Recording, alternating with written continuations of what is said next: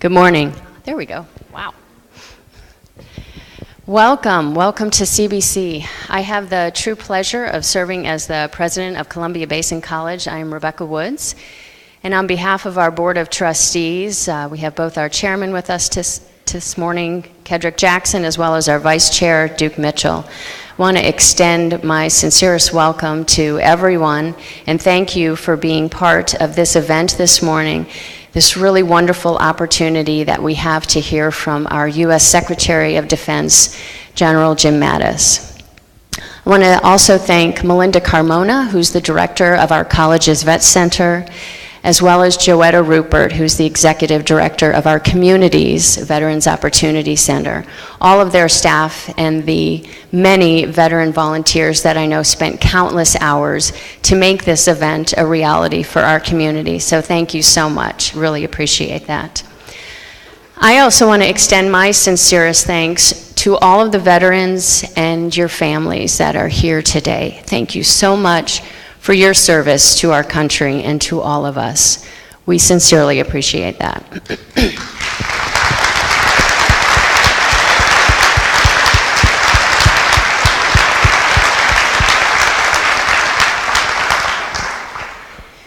Like many of you, I come from a family of veterans. My own father, Maurice Anderson, he's 93, and he served with the Marines in World War II and drove amphibious tanks in the Pacific Theater.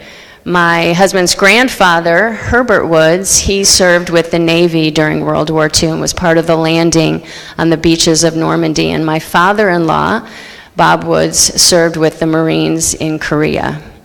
Regardless of which branch of the service you come from, it is our veterans that are truly the best representatives of our country to the world and to the values that we hold so dear here. Life, liberty, justice, freedom, protecting the innocent, and preserving lives. It is because of so many of the sacrifices that all of you have made, not just our veterans, but your families as well. The sacrifices you've made in the past and in the present that truly allow us to be here today and look forward to our future with hope and a promise. Thank you so much for all that you have done for us, and welcome to Columbia Basin College. Thank you.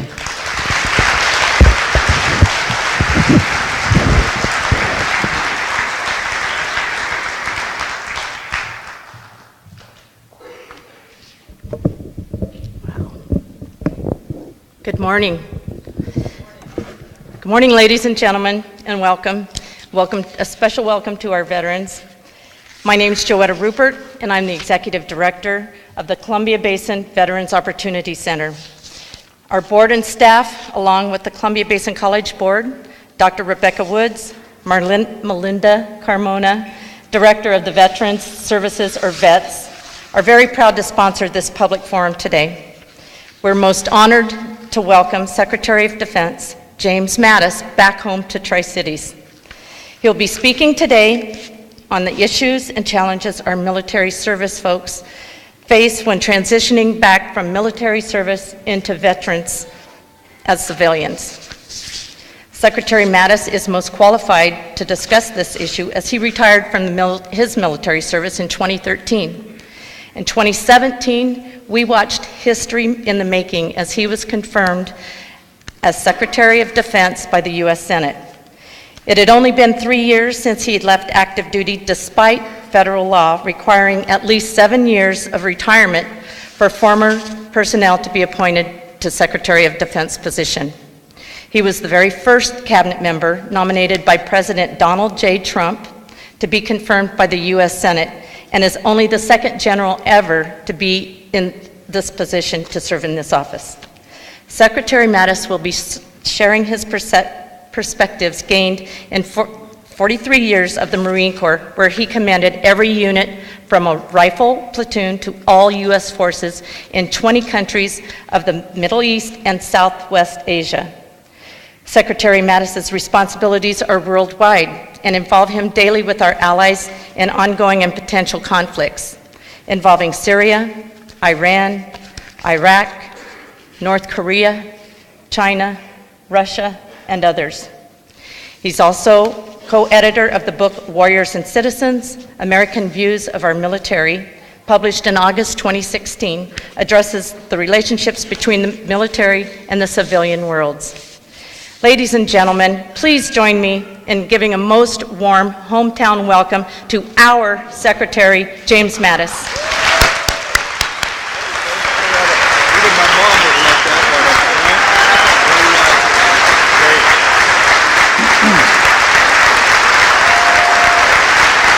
Well, thank you.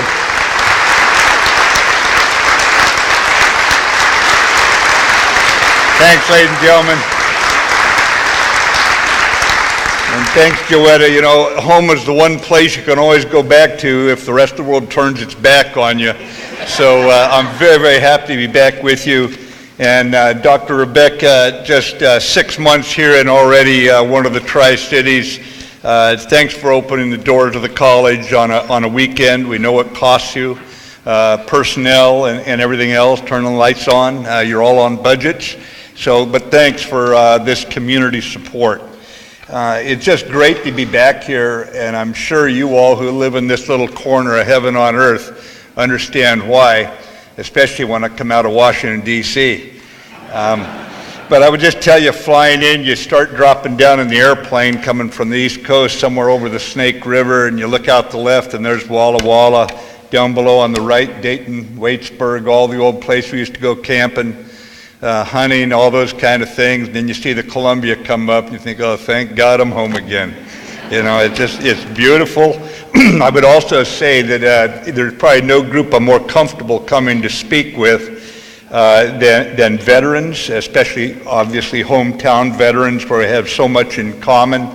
I would just say too that none of us in this room ever served in the Army or the Navy, the Air Force, the Coast Guard, or the Marine Corps. We served in the United States Army, United States Navy, and you get the drift. We are always accountable to the American people. And now, having rather gloriously flunked my retirement program,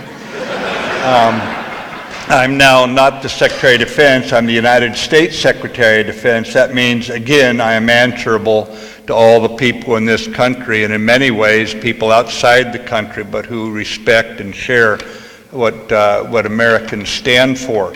So here today, what I want to do is just talk for a few minutes, kind of close the gap between a guy who left Richland when he was 17 years old and spent some time wandering around the world. Then we're going to open to questions, which is always the best part of something like this.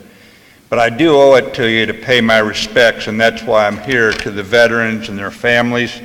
And I would just add the Gold Star families that are here with us today. We never forget.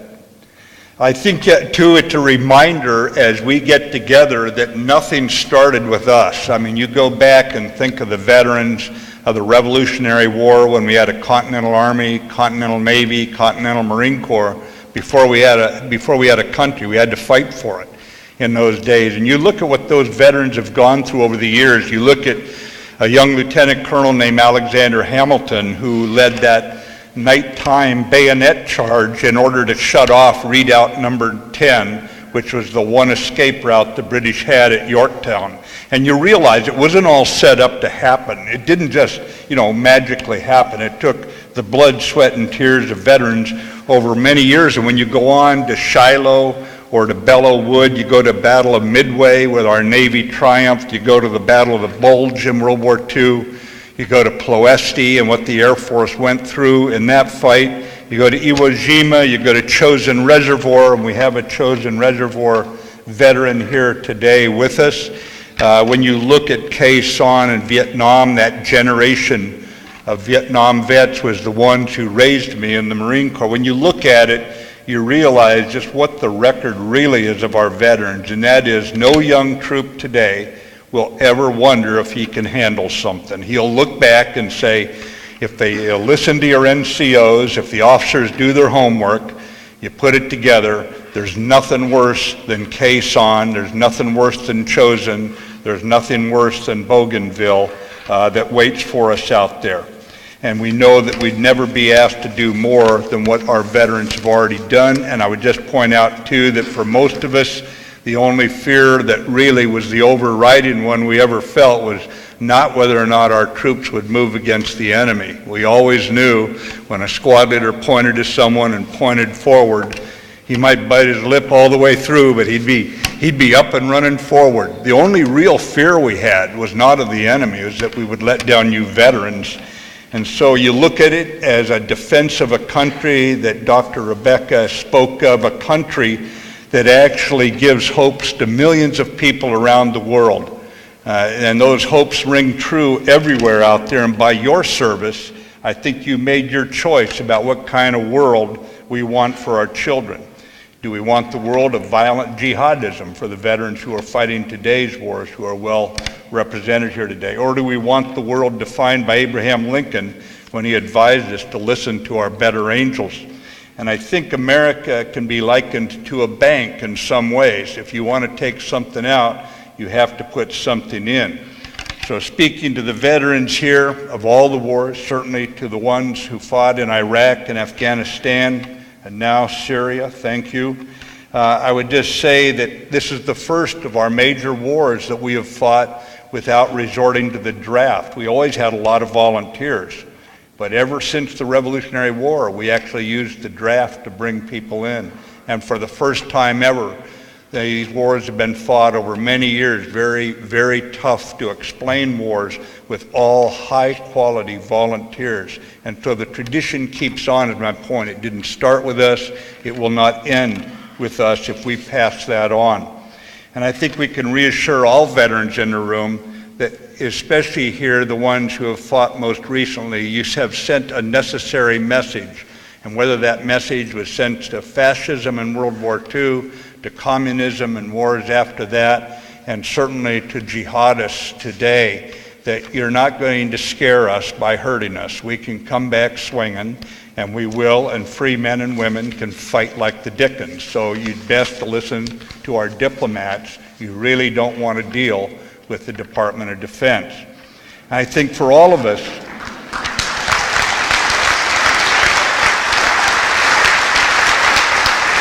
well, I know too that the very tragedy of war is something none of you need lessons about here today. So we'll do our level best to deter war. We'll do our level best to back up our president and our diplomats as they try to work their magic. But at the same time, we have to be ready. And you look back on in your youth when you answered your country's call, and you had to look past oftentimes the hot political rhetoric of your wars, and you had to leave behind the well-lit avenues of life as you went off to the other side of the world. And I think when you signed that blank check payable to the American people with your lives, that you really put a lot on the line. And most importantly, you made a full personal commitment at times when there were people in the country who questioned it. And to step forward in, it's easy to be loyal when everything's going smooth. The tough time to be loyal is when there's 100 reasons not to be. That's when loyalty counts. And you counted, you stood up and counted. One of the most articulate Supreme Court justices, associate justices in the history of our court was Oliver Wendell Holmes Jr., himself an infantry vet from the Civil War. And he said, here's a quote from him, he said, "All life is action and passion. Action and passion." Interesting words. It is required of a man, and may I add here, or woman, that he or she should share the passion and action of his time at the peril of being judged not to have lived. Well, I think when you young patriots proved that you were more concerned with living life fully than in your own longevity and freely facing daunting odds and the random nature of death and wounds on the battlefield, you made quite a statement about how much this country is worth fighting for. And I think so long as you maintain that commitment after you leave active service, as long as you maintain that same commitment to others and that same enthusiasm for life's challenges that you felt in yourself and your shipmates, in your comrades and your buddies, then you'll never question when you grow old like me, you'll never question whether or not you lived fully. And that is worth a lot more than all the gold in Fort Knox as you're looking back over a life well lived. And for those of you who served in close combat, And again, quoting Holmes, he said, it's an incommunicable experience. There aren't many of you, but I would say that there's a quote that comes out of the Civil War era that says, combat is a test of character. It makes bad men worse, but good men better. And I think you must remember that, because this is a choice. We are masters of our own character, choosing what we will stand for in this life. And I think the veterans have had a unique privilege, that of having seen the tenacious spirit of our lads, and like those young grunts who were preparing for a patrol by loosely wrapping tourniquets on their limbs so they could swiftly stop their own bleeding if their legs were blown off. Yet day after day, they stoically patrolled. And the reason I bring this up is adversity is a building block in your character. Adversity reveals a man to himself, and young patriots coming home from such patrols are worth more than gold, for nothing they face will ever be that tough again. And I think that I was privileged many years, as you know, because I was in the Marine Infantry. I was privileged to march or fight alongside many veterans, people who are now veterans. And a question does come to mind: what can I do to repay our country for the privilege of fighting, for the privilege of learning things that only you in this room could have taught me? For today, I really feel sorry for those who were not there with us when trouble loomed. And I sometimes wonder how to embrace those who were not with us, those who were not so fortunate to discover what we were privileged to learn. And what was important? I remember asking Marines one night what was important to them right then, as we tried to connect from an old gray-haired general to young lads going into a fight. And I remember one saying, nothing, just make sure we got ammo and water, General. No Maserati, no problem, you know? They were unconcerned with the more superficial aspects of what sometimes becomes our goals when we leave active service. And I think you keep that with you, hold dear to those things that said it's not about having a big fancy car, it's about friendships, it's about putting others first. And I still remember two young grunts walking back. I'd been off talking to some people. I'm a big talker, as you can tell. And I was off talking to some of the guys, and I was walking back to catch up with my team, and two young grunts came by, completely dripping wet. They'd been bathing in a filthy, dirty canal stream. Only thing really clean on them was their rifles. I said, hey, how you guys doing? And they just laughingly said, living the dream, General, living the dream. It's that sort of spirit that take life's tough times in stride. And so you look now at our fellow citizens who weren't there with us, and we realize that America is just too large at heart, way too large at heart, for divisions between us. And if we, I think, become keenly aware of anything in war, it's those words on every coin we ever carry in our pockets of e pluribus unum, out of many, one.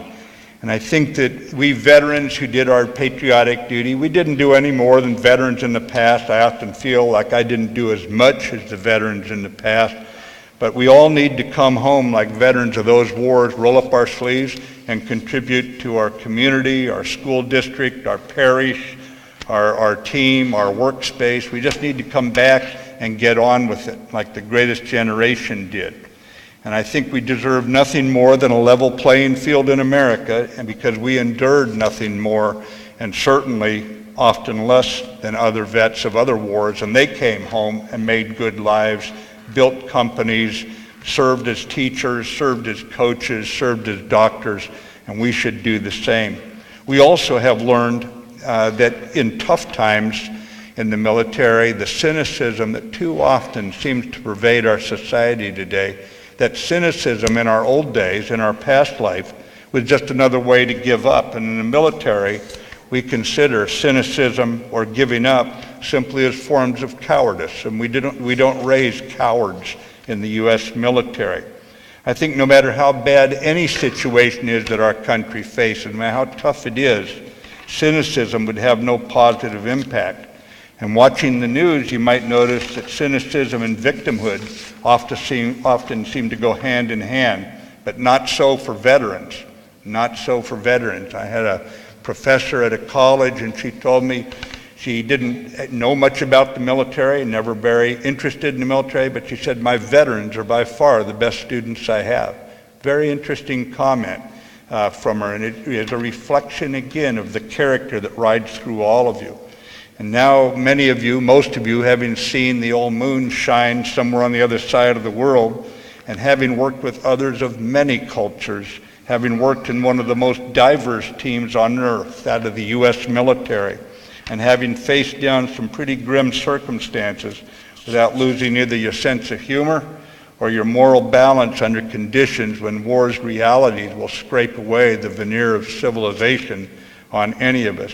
We have learned that nothing can stop our spirit unless we ignore Lincoln's call to listen to our better angels. So I would just also make some, I always find the best words to explain what I'm thinking about in old books. And here's one from Alexander Dumas. And to all of you veterans, you should be satisfied with the way you have conducted yourselves, with no remorse for the past, confident regarding the present, and full of hope for the future. So when you retire to bed, you should sleep the sleep of the brave, my fine young veterans, and you're all young compared to me, or nearly all of you. And I would tell you too that there was the veterans of World War II that raised me in Richland and all of the people of my generation. Men and women who'd gone off to factories and ships and battles in World War II. And they went out there and they did their job. And many of us wanted to be, when we were growing up, like them. And certainly one of those veterans, a tank destroyer unit, a lieutenant, in a tank destroyer unit. And by the way, tank destroyers were built because we could build them faster than tanks, and the enemy had a lot of tanks. And so they would go out in these tank destroyers, which were not as capable of a tank as a tank in all combat, but they could take out a tank. And Lieutenant Jackie Robinson went out and fought in a tank destroyer unit in our U.S. Army. And he was so proud of who he was when he was playing ball.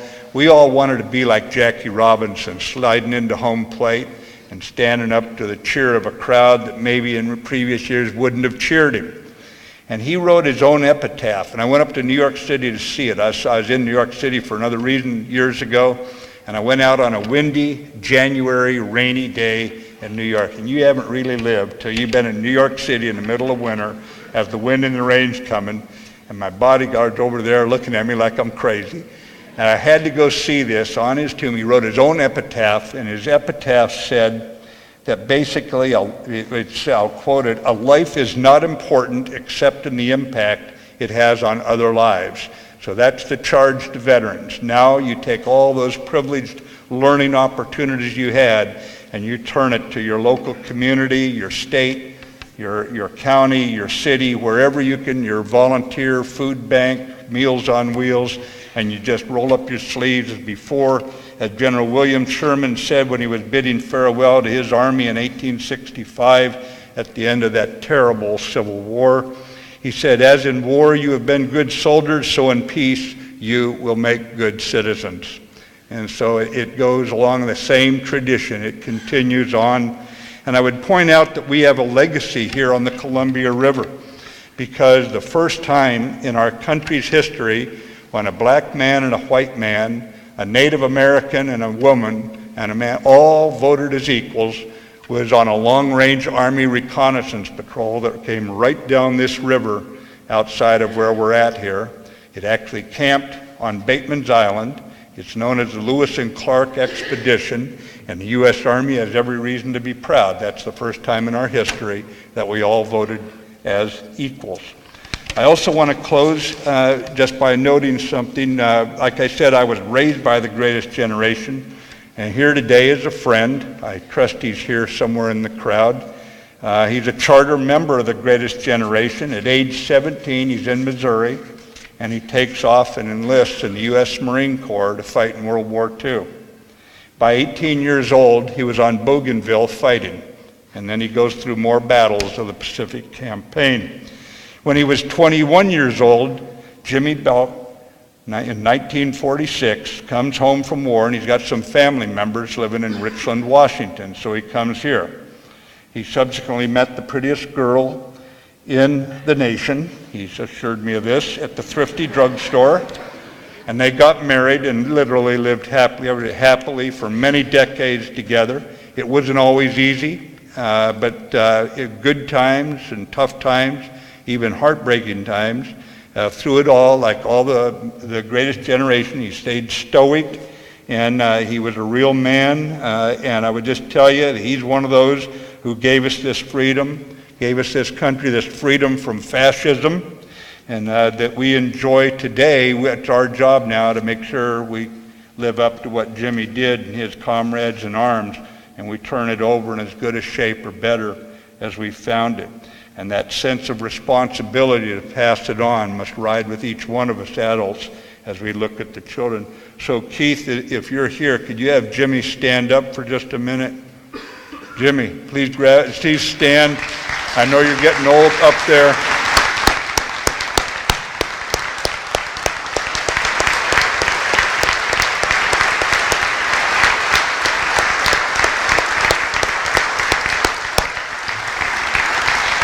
"93 years old, ladies and gentlemen, he's still got the spirit, you know? And there's nothing I can say that can top, Jimmy, your example, so I'm going to shut up and take questions now. So who's got the first question? It's going to get really weird if I'm looking at you and you're looking at me and nobody's talking, okay? So who's got the first question for me? If you can't hear it, I'll repeat it. So go ahead and let me know what's on your mind.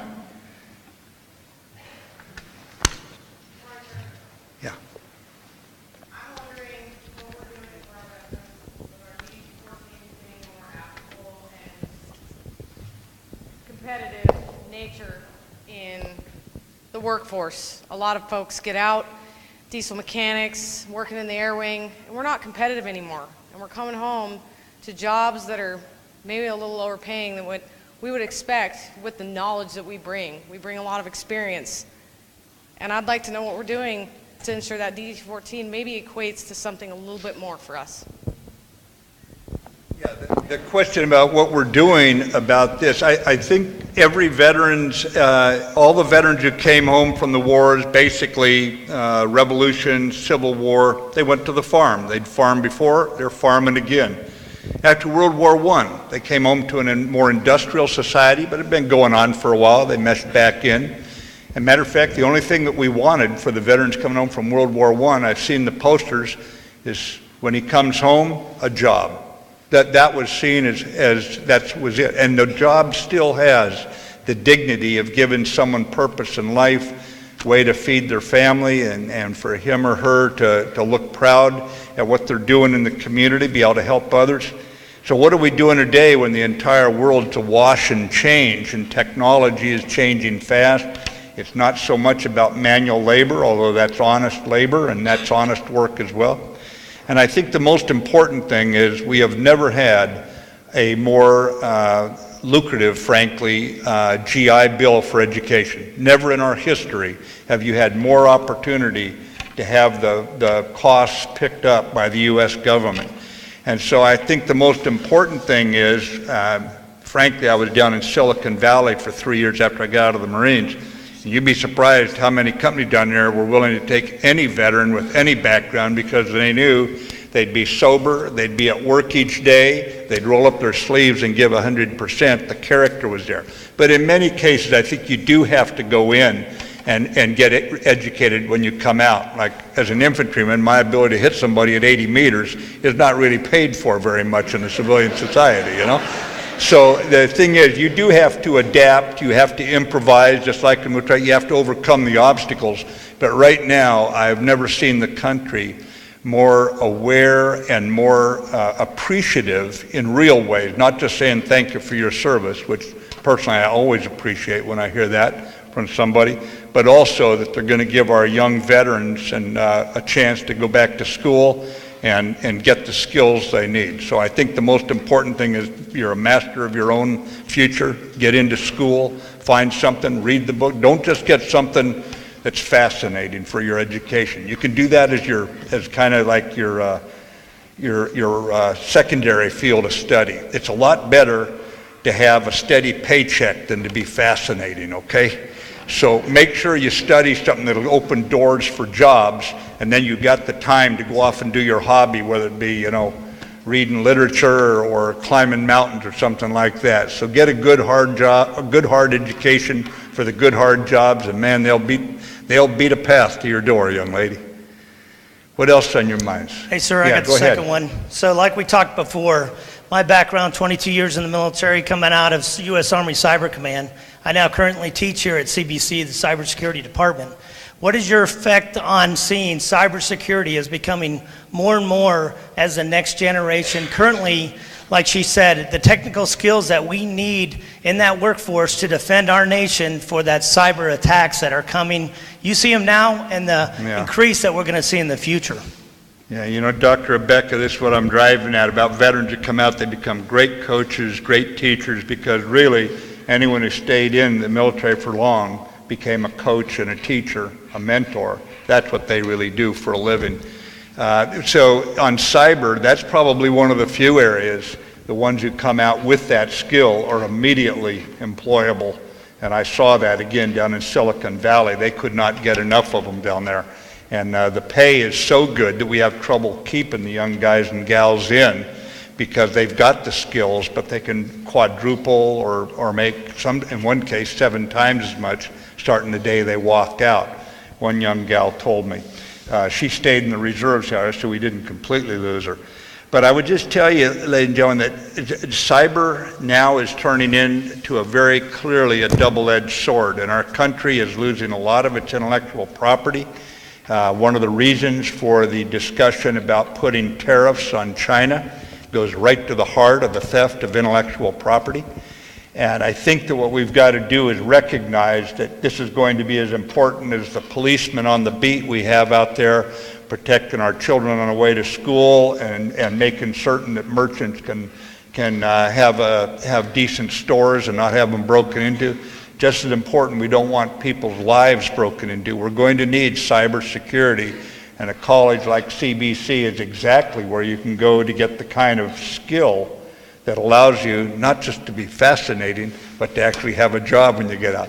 So that might be an idea, young lady. Go take that class and you'd be surprised what happens for you. Yeah, thank you very much. Yeah, way back there in the back.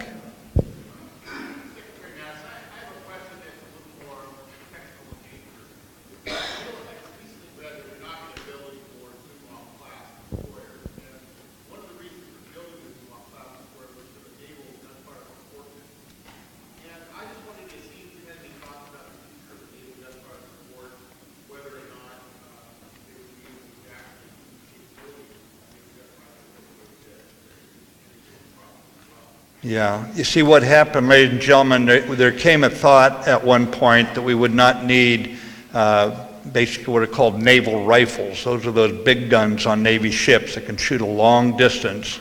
And as a result, we don't have as many as we once had, that some of the older vets in the room will recall. To show you how old I am, I commanded the last Marine assault where a U.S. battleship, 16-inch guns, were firing in support of us, and that was in 1991. So we don't have those, but today we have aircrafts whose capability is so different. It's like just in 20 years, it's like the difference between a biplane and a jet. And if you take the jets that supported me in 1991, today, just a few decades later, they're so much more capable that in the old days we used to think, well, how many airplanes do I need to take out this target? Today we think, how many targets can one airplane take out? So you see the effect of the technological superiority with precision. The challenge is that we've got to make certain we don't adopt one preclusive form of warfare where an adversary says, I know exactly how they're going to fight, so I will build a lot of anti-aircraft systems, and all of a sudden we could be in trouble, which goes to the heart of why the question is asked.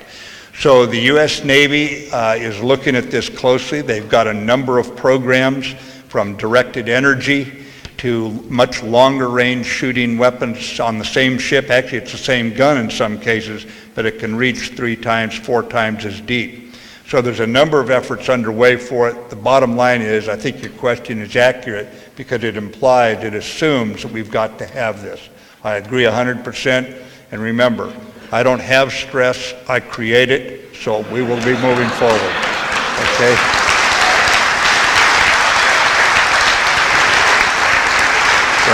What else? What else on your mind? Yeah, go ahead. Yes, I have. Yes, sir. I have something for you. It is on? Okay, thank you. First of all, I want to thank you for being here today. It really means a lot to us veterans here. My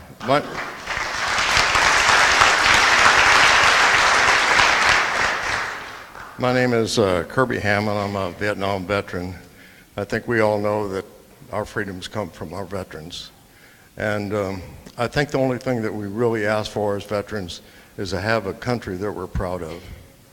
And I really have a request, and I would like to say something to Trump, and I think you're the only way I can get it to him. I mean, it's a little difficult for a Army private to talk to a general, so anyway, here's what I'd like to ask him. I need to tell him to keep doing what he's doing. And I need him to reach around and grab that. In the rage of battle, I think he needs to do what we've done, to reach down and get the energy and the courage to stay the course. And I'd also ask you to ask him is, for us, if we want a country that we're proud of, that he needs to clean the house and take out the trash.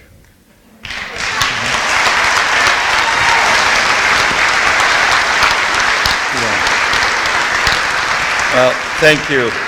And again, as I said, it was the Vietnam generation, your generation. I did not fight in Vietnam, but it was your generation that raised me and taught me the grim skills that I had to have to be a Marine infantry officer, and it was the NCOs and the captains who really put their thumbprint on me. And I agree about having a country we can be proud of, and we're building a country here, as we all know, and it's noble work and it's hard work. You have to go a long way to find a country willing to look in the mirror and say, let's not get complacent. We're not there yet. We're not there. We're going to keep working and keep working and keep working on it. But I would also just tell you that you mentioned about the difference between our ranks. I think we're co-equal when it comes to a commitment to this country such as you defined, sir. So I'll carry the message. The way I look at it, the defense of this country is not a partisan issue. It's a bipartisan issue. It's something that I have tremendous support from both Republicans and Democrats. Joetta, you mentioned earlier that I had to get a waiver in order to be put into this job. And I had Republican and Democrat House of Representatives and Senate support. And when I was confirmed 98-1 in the Senate. They do the confirmation. So you can see there in the one area, and for all the political, we have a raucous democracy. We're going back and forth. That's what democracies do. But at the same time, when it comes to the defense of our country, if you're willing to fight for America and you're willing to pull together, if you can meet the high standards to come in, and by the way, right now only 29% of our 18 to 24-year-olds can meet the standard to enlist as a private in your U.S. Army. Gives you an idea that just how special the veterans are that we are getting today to serve, and that will be our veterans in the future. So we'll keep rolling up our sleeves. We've never believed in this country that we build a country by waiting for Washington to do something. We've always thought in America, we all roll up our sleeves. We have, like I said, we have food banks, we have Meals on Wheels, we have GI Bill to get young people in college who otherwise couldn't afford it, and they can come out if they're frugal with very little debt. We've got a lot of programs going on to make the country better. That requires initiative and aggressiveness on the part of all of us, the same kind of initiative and aggressiveness that we have in the U.S. Army. In order to make this country better, because we're never going to be satisfied. We're always going to find problems with it and keep trying to improve it, and we'll keep at it. But I'll carry the message. Go ahead. Yes, sir.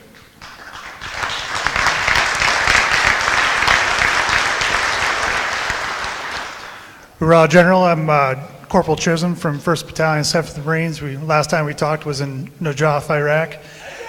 And I was just wanted to question about what we were doing differently in the transitioning out of the military part of, like in the Marine Corps in 2004, what's different today in the transitioning part? I know a lot of people are kind of struggling. I got into the Boilermaker Union through Helmets to Hard Hats, and I wasn't really aware of that through the transition progress, and there was a lot of ups and downs after getting out and not knowing, where to go next for the next mission. Semper Fi, sir. Well, Semper Fi, Corporal, it looks like you still got both your legs too, so that's pretty good coming out in a JOF fight, I'd just tell you that the transition courses, what we're trying to do right now is look at Army, Navy, Air Force, Coast Guard, Marine, find the best of each one of those and create the course that's best for transitioning. Sometimes I think it took me 12 milliseconds to transition, when I got out finally, because it's just, if you're coming back to a family, if you're coming back to a community that welcomes you, frankly, at that point. So I think it's about all of us pulling together. That's one of the reasons I want the veterans to share all the good things. They don't have to share everything. I understand we're all a little reticent about sharing some things, and it's not an insignificant moment the first time you draw down and pull the trigger. But at the same time, there's a lot you can share of your character.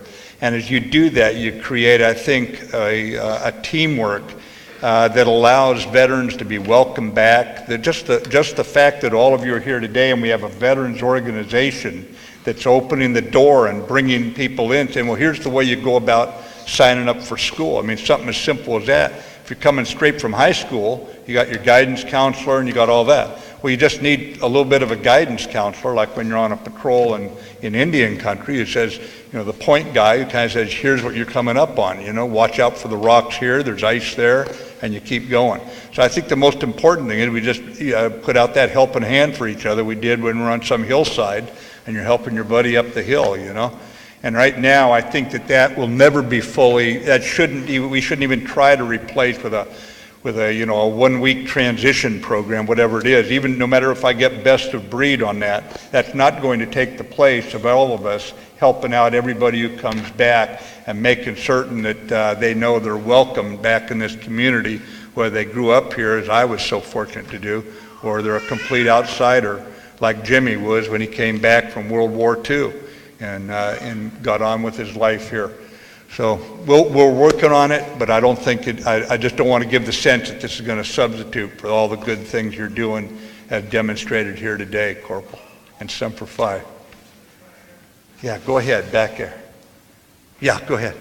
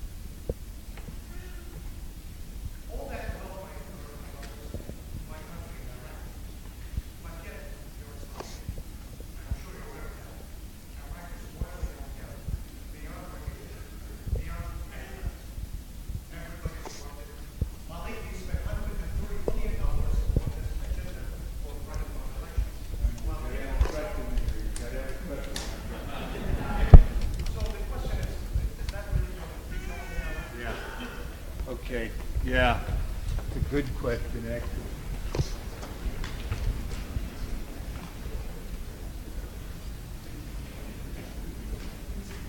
Basically, ladies and gentlemen, this is a friend. He was an interpreter. The enemy would definitely have killed him and his wife and his children because that's what they do.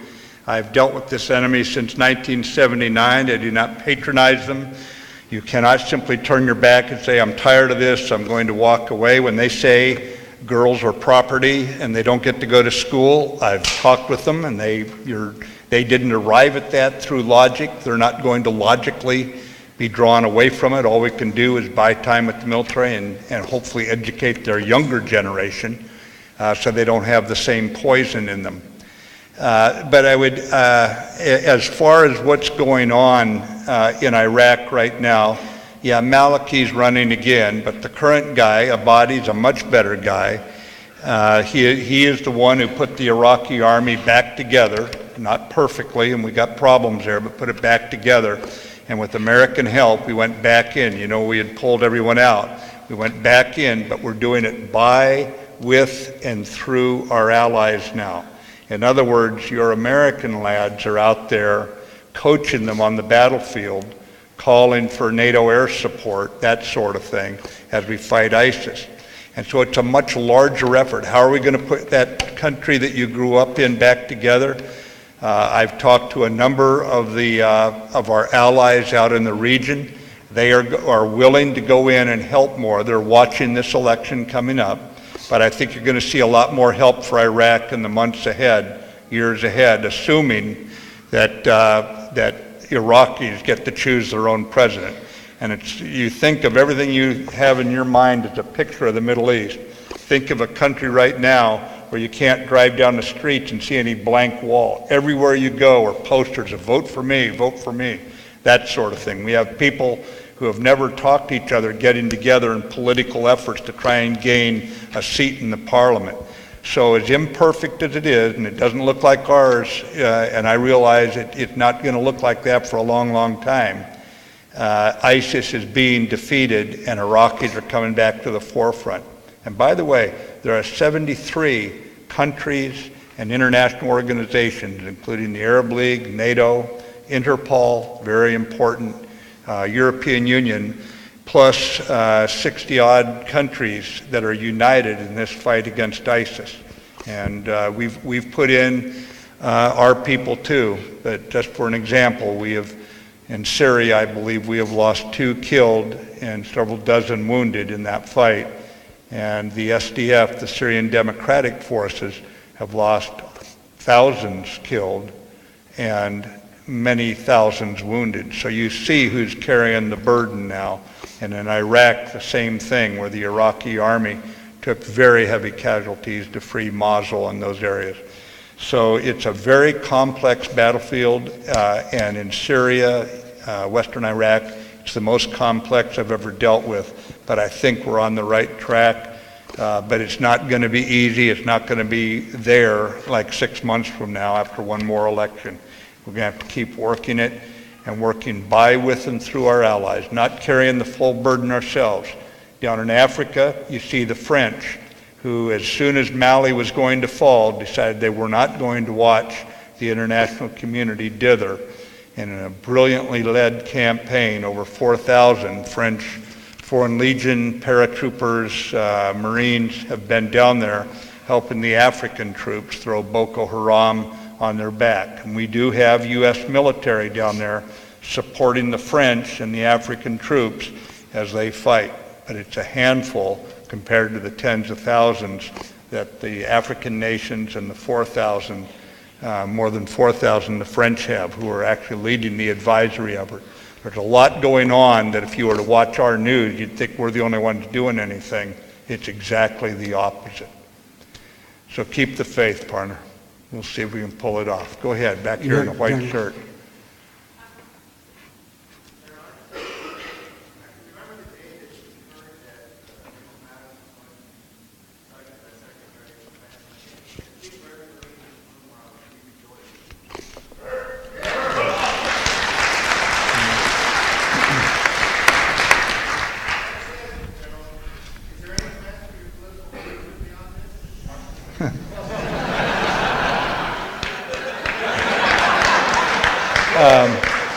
Just remember again, if a president asks you to do something and you're a veteran, you know what the answer is. It doesn't matter whether it's Republican or Democrat. If you're asked to do something for the country, you do it. That's what veterans do. And I was brought up by you all, and every jam I got into, you got me out of, you know. Bottom line is I'm willing to do my tour of duty, but this is my final tour of duty. Next time you'll find me up on Badger Mountain smiling at the sunshine. Go ahead, young lady. I got a backdrop to a question I need to make. Back in 1981, President Reagan signed in a combat action badge. Now, from what I understand, that particular award is rarely issued. But when you talk about the infantry, they have their combat infantry. Can you come on up here, because there's an echo right now, I think because you're right in front of me, and I'm getting a repeat. Say that and say it again, please. Yeah, on President Reagan signed in a combat action badge back in 1981. People who do not get specialty badges, like the artillery and a few other people, the supply personnel, they all go to the same combat. They have the same set of risks. They don't have anything actually tell them that they've seen combat. So President Reagan signed in bayonet, and it looks like it's called combat action. And you can't hardly anybody can get them if you were in you can get a CID. If you were a medic, you can get a but the point is, I'm wondering, as a secretary, can you work with President Trump in getting all of the other MOSs that are not specifically combat? Yeah, ladies and gentlemen, in the Army, go ahead, thanks very much, sir. In the Army, they're given a, there's only infantry can get the combat infantry badge because it was something done during World War II to recognize those who had gone into close combat. Then, because of the nature of the war, where it's a little bit different now, there's something called the combat action. It's a bayonet that the Army gives only to the Army. For the Navy corpsmen, the SEALs, the Marines, airmen, you don't get that. It was done not by President Reagan. It was done by the Chief of Staff of the U.S. Army, was the authorizing person. Secretary of the Army put it into effect. And I try to leave each of the services to their own culture. And the reason for that is it's a great advantage to have an Army that's not trying to act like the Air Force. The Navy, I can guarantee you, they're mighty weird people, but I love them. Okay? Thank you. But each of the services has got to be able to reward the behavior it thinks it needs on the battlefield, in the sky, on the sea, wherever. So I'll take this back. I'll certainly pass your thought over to the Chief of Staff or the Secretary of the Army. I will tell you that I see an awful lot of these badges. It may have used to have been that way, but today, with the veterans who are out there today, who were not infantrymen, but went into combat, I see a lot of those badges. And so I think the times and the character of the war has changed enough that problem probably no longer exists. But I'll certainly pass this over to the Army to look at. And thanks for bringing it up. General Young lady, Mattis. you've been very patient down here. Go ahead, please.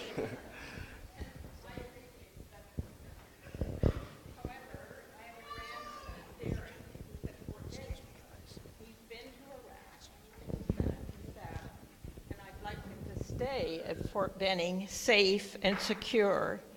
He's been to the parade in New York. He doesn't need that anymore. And it's so nice to see you, Jim. I gave Jim his high school diploma. It's good to see you again.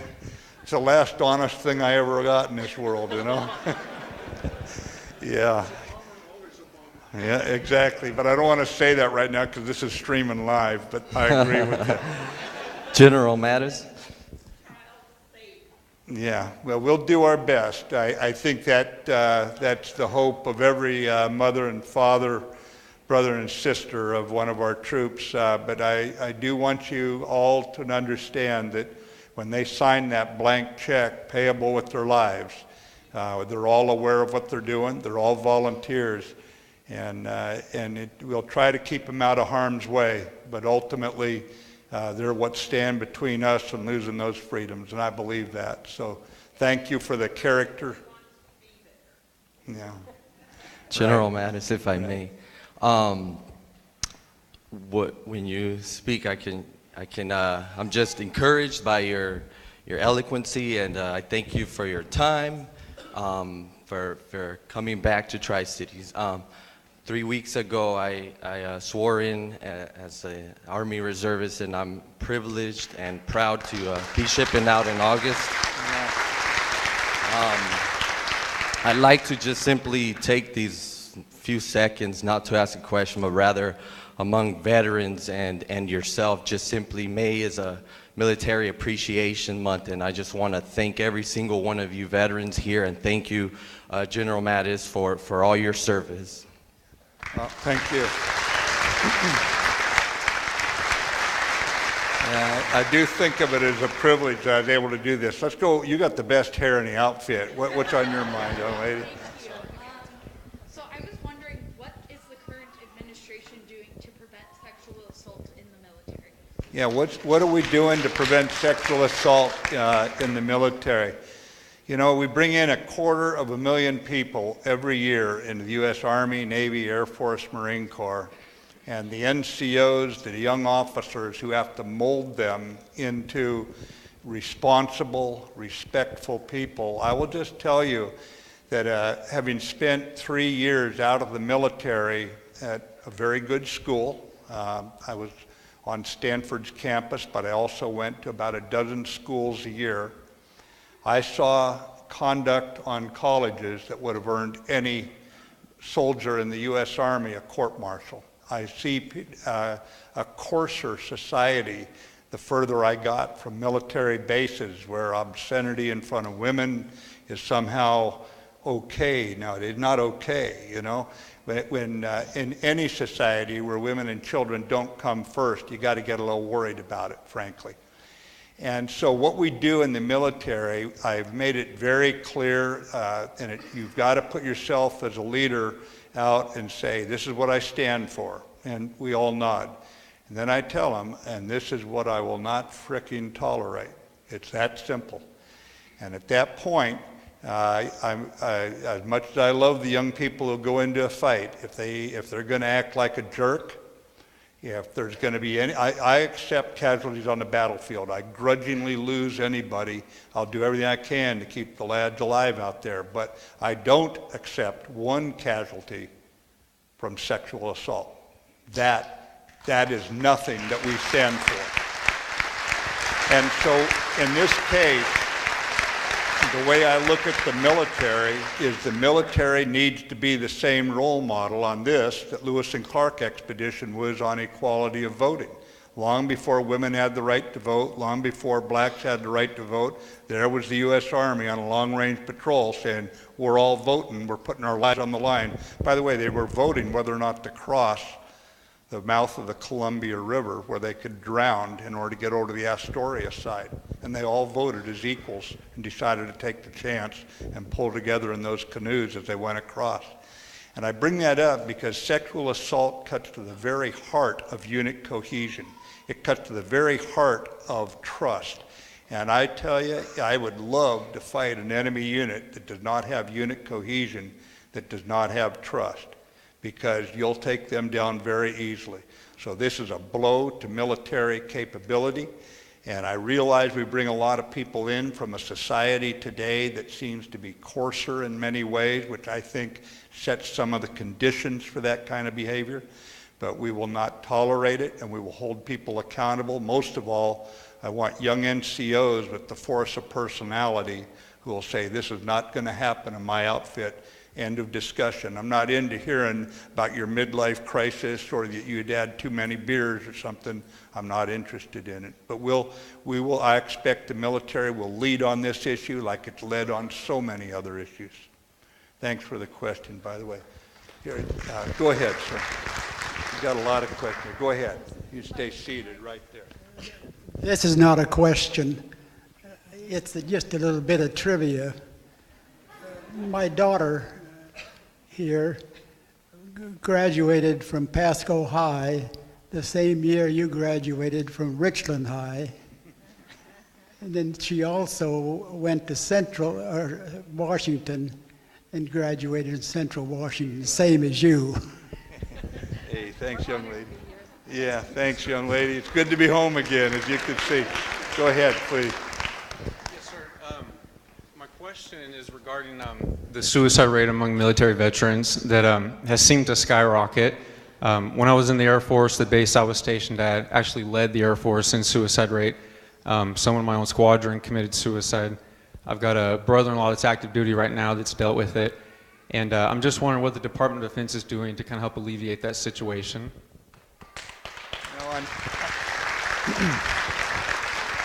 It always blows my mind that for the guys who don't die on the battlefield, how would they even consider losing something so precious that they had fought for alongside their comrades in arms? And I realize that when you're young, passions run right on the surface. You know, there's a lot of things too that worry me about whether or not we have the connections in our society anymore, whether it be looking out for one another, the friendliness where you didn't care who somebody else voted for, they were still your neighbor. You cared more about whether or not their daughter was going to get into college or their son who had, had cancer was going to make it. You know, it seems like we've gotten more and more isolated from each other. And I especially noticed it after I left the military, where there was such a common bond among service members. And you got out, and I looked at kids on campuses at times. I thought, wow, that's strange. There's a book out by a guy named Sebastian Younger, and the first third of the book is more articulate than I can be on this. But I think the most important thing is to recognize you really cannot care more about someone else's life than they care. So what you have to do is you have to become a comrade to them and make certain that people know that you care about. I used to teach young officers, those troops aren't going to care about how much you know about tactics and weapons and that sort of thing until they know you care about their lives, because when you say do it, they've got to know that you've done everything possible to keep them alive as they go forward. So I think it's the same thing in the Japanese tradition. Life needs a warrior's focus. You fight the great game of life. And I think the Japanese have something there. And it's interesting how many of our people who come in many cases from poor backgrounds don't end up doing that. There's something going on there that I can't understand. I go through the statistics. I wish that we knew as much about the people who died before they died at their own hand as we always seem to find out afterwards when we go through an exhaustive investigation. So I think the most important thing is that we need young NCOs and young officers with the social energy, because they're the ones who are in touch with them every day. We need them to have the energy to let people know we give a darn about you, we respect you because you're one of us. But when they get out, I think that's when the local communities become important. And you just can't step in and order the person how to think. He's got to be persuaded by the very commitment of their friends. I mean, it's always been said the loneliest place in the world is to be on a battlefield if you don't have friends there. I mean, it's only your friend. The only reason I'm here today, I guarantee you, is because of my friends. So, I mean, you got to keep your friendships, family tight. But I don't have a good answer for you. We're doing everything I think we possibly can, bringing in experts to talk about it, explain things to us. At the end of the day, you still scratch your head and say, how could this have happened in my unit? But I'm not going to go down unless there's some kind of bad leadership. I'm not going to go down and find fault with every corporal, every sergeant down there, every second lieutenant down there who has it happen. I know they're trying their hearts out. We'll keep at it. Yes, sir. All right, here, go ahead, please. First of all, thank you for coming out. Oh, sure.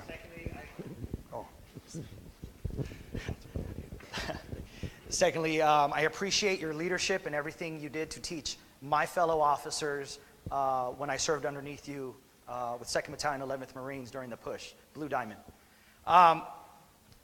I think, to caveat off of the 22 a day, I think one of the biggest fights that I fought when I first got out and I came out here was fathers' rights. When I first went into the Marine Corps, it was about 50% divorce rate. I didn't care about that because I wasn't one of those. I didn't know about marriage. I didn't care about marriage. All I wanted to do was be a Marine. I since had, obviously, a couple tours and have since, that marriage is gone. But I have 2 little children that I came to this, my new town, my new home, to be with. It is the hardest fight I've ever fought. I've been on the battlefield. I've got 2 combat action ribbons. I've been a recruiter. Fighting for my children is the hardest fight I've ever fought. Now, I'm not just advocating for veterans, but for fathers' rights. What is the current administration doing, or is there anything out there that the current administration is doing to help fathers fight for their children and not be told by the judge, sorry, you were gone for 4 years while you were serving your country. That's why you don't have your children, and that's why they no longer have your last name.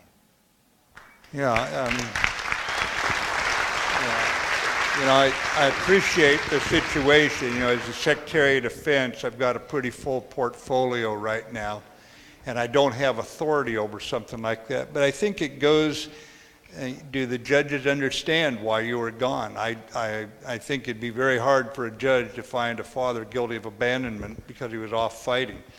And I would also say that that's why communities working together. You have people in this audience here today, prosecutors. I met judges 2 nights ago at another event, and they're putting together a veterans court here right now. It's underway. They're trying to get the thing all, the framework, all those things that are very important if you want it to go right, and they're putting it together. So I would just salute that effort, but anything that grows the community together, civilian, military, veterans, young people, old people, those are the ways we break down misunderstandings.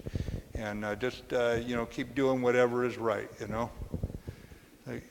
I can disobey that lady at least once or twice. Okay, so go ahead. What you got there, big one?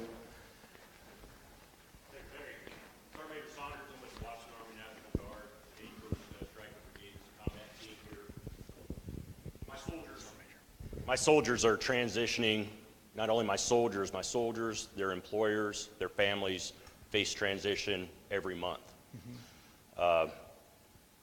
Lots of large agencies, government agencies, state agencies are easily absorb that type of transition with their soldiers coming and going. Small businesses have an extremely hard time with that. My question is, what's being done to support small businesses? Because not every soldier wants to work in cyber command or be a doctor or a nurse. They want to work in agriculture. They want to work, as a tech, labor. What's being done for the small employer to support that? Yeah, it's interesting. There are programs, I've spoken at a couple of them around the country, where people, not just in this job, but even in my last time, like when I was at Stanford, where you can learn farming, everything from bookkeeping to what crops to where do you go to get help from a county agricultural agent to help you, and actually turning out veterans into farmers, small farmers, not corporate, not a guy who moves irrigation pipe, but one who really runs his own farm. And I know that the small business loan effort directly targeted at veterans is very well used. I've met a number of those veterans around who've taken advantage of those programs. And so I think it's pretty robust right now. I'll make a note. I got someone in the back writing down notes. You'll know to write this one down. And I will go back and I'll talk to Department of Agriculture, and there's also, she's cabinet level in the President's cabinet, and her job is small business loans to make certain that, I'll just pulse it and make sure that this is what I think it is. If it's not, I got your unit and I'll be writing to you. Otherwise, I'll just confirm it is there, and just make sure your people are checking the small business loans, because they're helping a lot of people right now. I'd love to see veterans in the front rank. Okay, we take one more here, okay? Go ahead, sir, Pappy.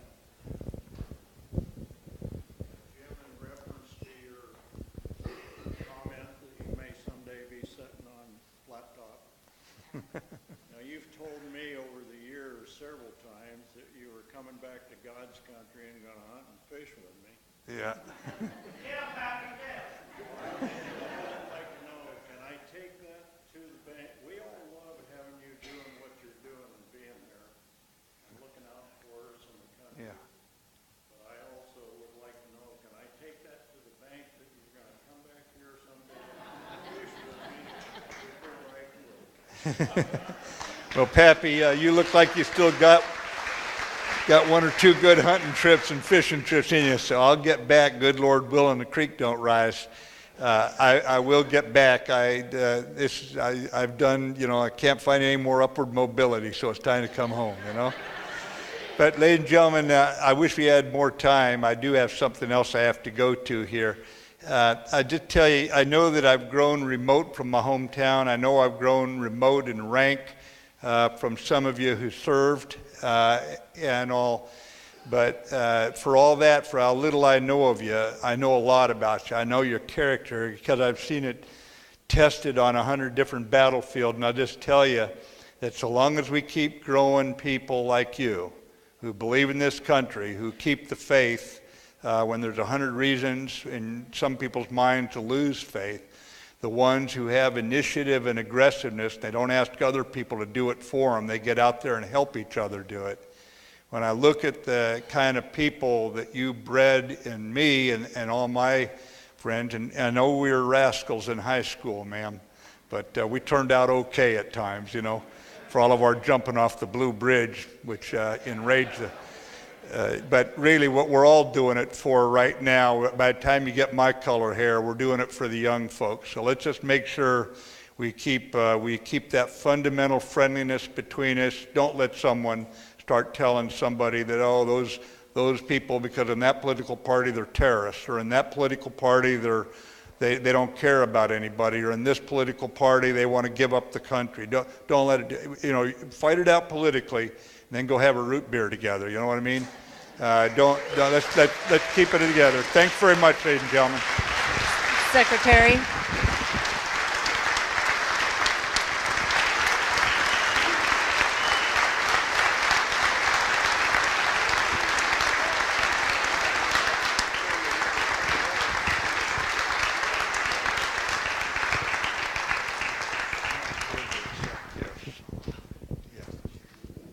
Well, thanks very much, everybody. Go ahead, please.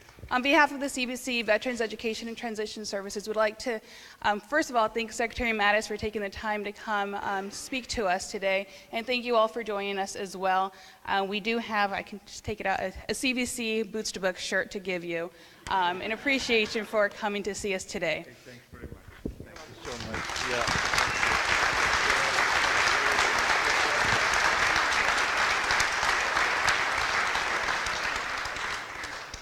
If I can have all of my CBC students come up quickly, we're going to take a group photo with Secretary Mattis. Thank you.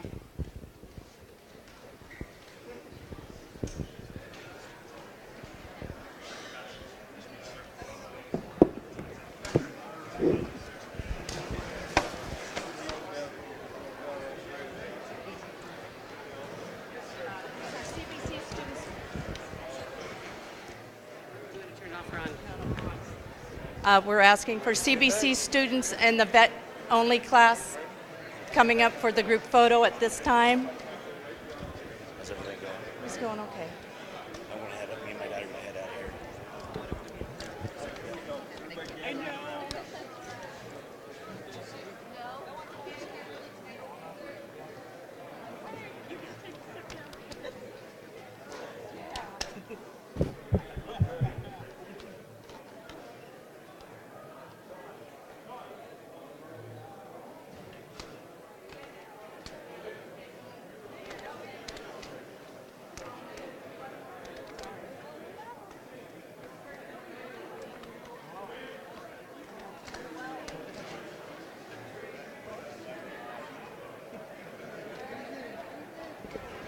Okay, these are veterans, CBC students only, please. And could we have the staff and board of Columbia Basin Veterans Opportunity Center up front?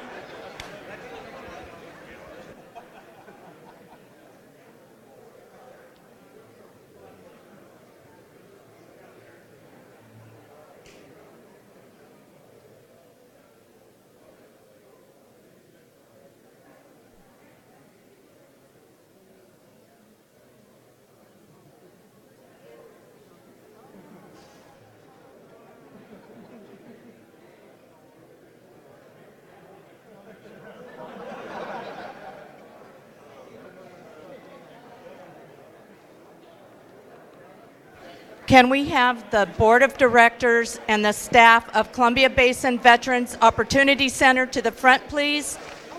Right away.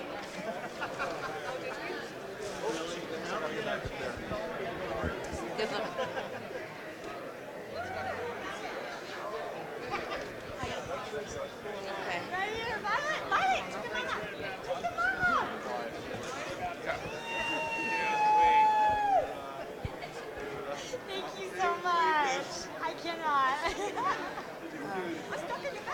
Okay. Thank you so much. I don't think it's going to happen. No. Can I with me? Pardon? I have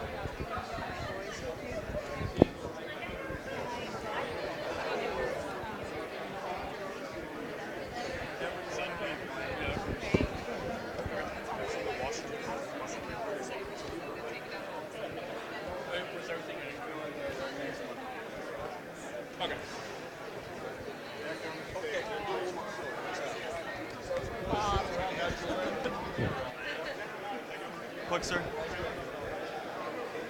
Whose phone is the other one? Okay, folks, can we have just a moment? Pardon me. Can everybody back up, please? And let's get the secretary back up on the stage.